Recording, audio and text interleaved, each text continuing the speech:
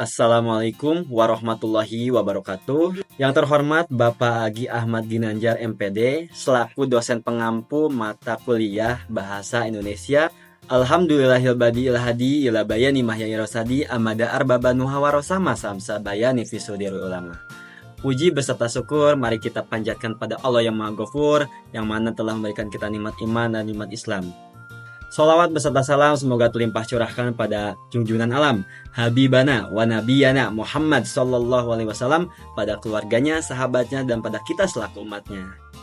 Perkenalkan, nama saya Amalia Jadi. Saya salah satu mahasiswa jurusan Ekonomi Syariah dengan NPM 24102110059. Di sini saya akan memaparkan mengenai analisis strategi pemasaran digital syariah bagi UMKM sebagai upaya meningkatkan daya beli.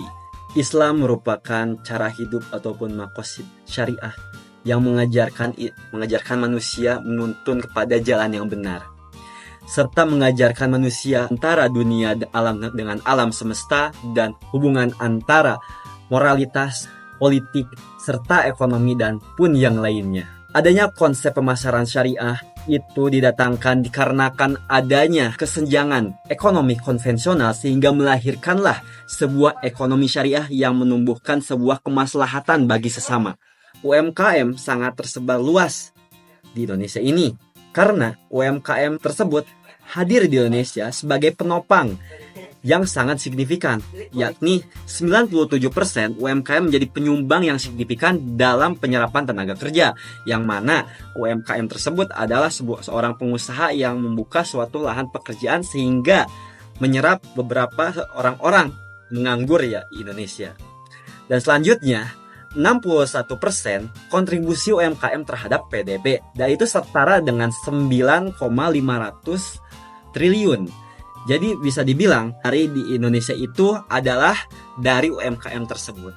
Adanya pemasaran digital syariah itu untuk bisa memudahkan dalam mendistribusikan suatu barang ataupun jasa kepada konsumen ataupun pembeli, yang mana tidak adanya ketidakjelasan ataupun goror yang bisa meragukan suatu konsumen untuk membeli suatu barang.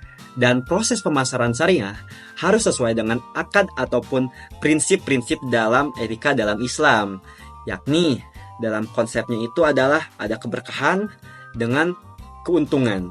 Dalam implementasi pemasaran digital syariah itu menjunjung tinggi hukum ketetapan syariat Islam dan menjauhi segala larangannya dan menepati kewajibannya, dan menjauhi yang bisa dibilang dengan goror ataupun ketidakjelasan. Tujuan dari pemasaran digital syariah itu sendiri yaitu adalah disiplin bisnis, suatu proses penciptaan penawaran. Prosesnya itu harus sesuai dengan akad yang telah disesuaikan dalam ketentuan-ketentuan dalam Islam itu sendiri.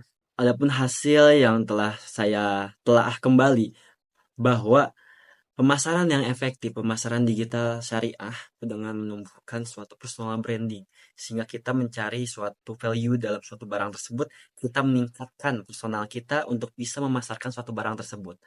Yang bisa dibilang dengan 4P. 4P itu adalah price, produk, place, dan promotion, seperti itu. Faktor yang dapat mempengaruhi pengembangan daya beli pada UMKM. Yang pertama itu adalah adopsi teknologi digital.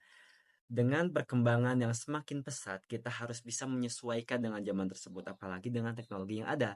Peran UMKM di sini harus bisa menyesuaikan dengan zaman yang ini untuk bisa meningkatkan daya beli tersebut, vitas penggunaan media sosial.